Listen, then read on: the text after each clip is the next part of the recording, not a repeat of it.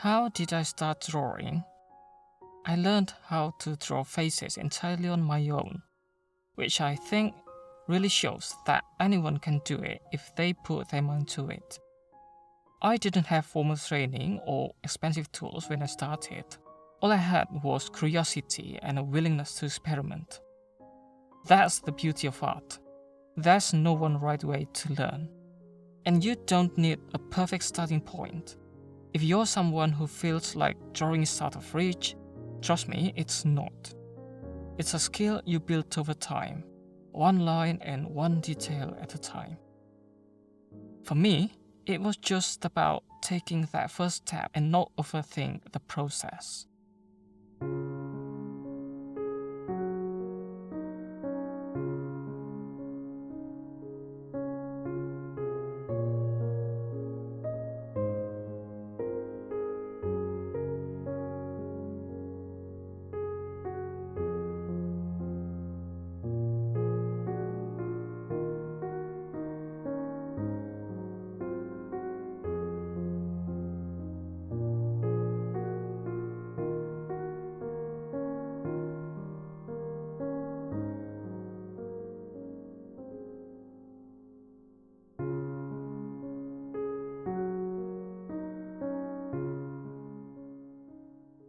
My initial motivation was a mix of curiosity and honestly trying to impress a girl.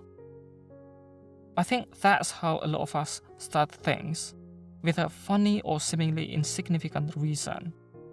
I saw people drawing and thought, how do they do that? How do they make it look so real? That curiosity alone was enough to get me started. But when I decided to try it to impress someone, it gave me just enough extra push to actually put pencil to paper. It's funny looking back because I didn't expect it to become something I'd fall in love with, but here I am.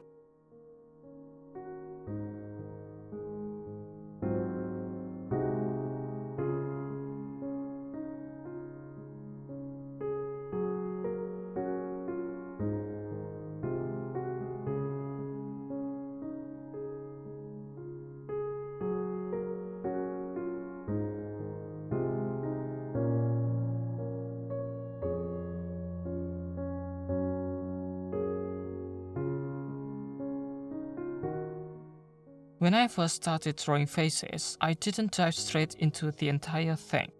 Instead, I focused on just one part, the eye. I remember vividly how I struggled with it, taking 2 tries before I finally got it right.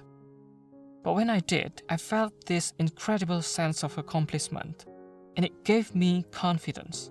I thought, if I can draw one eye, I can draw the other. And that's exactly what I did. From there, I kept going, nose, mouth, and eventually the whole face. I didn't overthink it or plan everything out. I just kept adding to the drawing until it was done.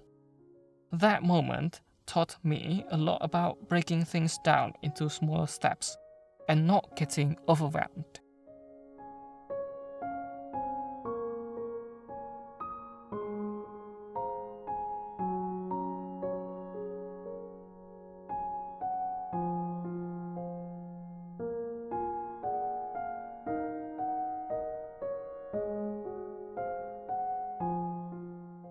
Speaking of small steps, my very first drawing was on B5 sized paper, which is smaller than standard printing paper. I think starting small was one of the best decisions I made early on. A smaller surface feels a lot less intimidating, especially when you're just starting out and unsure of your skills.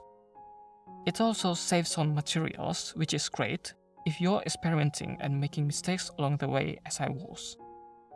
Plus, smaller drawings don't take as long to complete, which helps keep you motivated because you can finish something and feel accomplished without spending hours on it.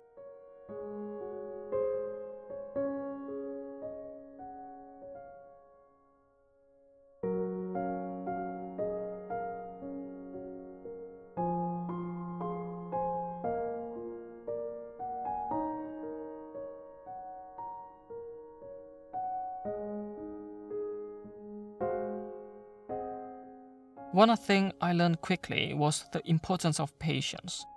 Drawing faces, especially realistic ones, takes time, and you can't rush the process if you want good results.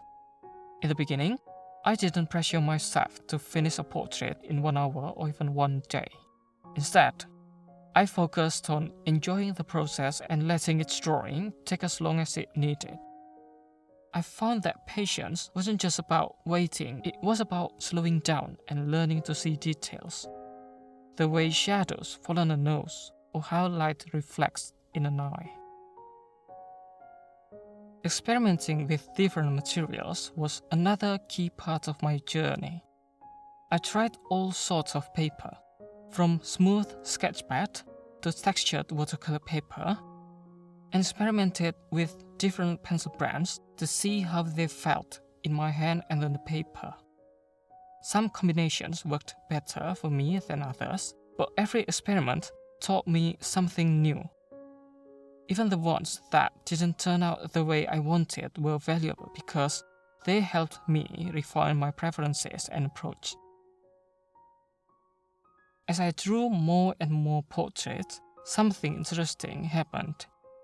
I started developing my own style without even realizing it. At first, I was just trying to copy what I saw in reference photos or from other artists. But over time, my drawings started to have a look and feel that was uniquely mine. It wasn't something I forced or planned. It just came naturally as I practiced. That's one of the coolest things about art. You don't have to chase your style. It'll find you as long as you keep creating. Watching YouTube tutorials also played a huge role in my learning process. I'd watch as many videos as I could, studying how different artists approach things like shading, proportions, and anatomy. I didn't stick to just one YouTuber or style either. I tried copying techniques from multiple artists to see which one worked for me and which one didn't. Over time, I started to figure out what felt natural and what didn't. To keep things fresh, I also explored other genres of art, like pen sketching, oil painting, and colored pencils. These different mediums challenged me in new ways and helped me see things from different perspectives. For example, oil painting taught me a lot about color and layering, while pen sketching helped me focus on bold lines and details. Trying out different genres didn't just make me a more versatile artist, it also gave me new tools and ideas to bring back to my portrait work. All of these experiences, starting small, being patient, experimenting, learning from others, and trying new genres, have shaped the way I practice drawing faces today. It's not about being perfect or following a strict formula. Drawing faces has been a journey of curiosity, patience, and endless discovery. One that started with a simple attempt to impress a girl, and unexpectedly turned into a lifelong passion. If there's one thing I've learned, it's that anyone can create something beautiful with time, patience, and the courage to keep trying.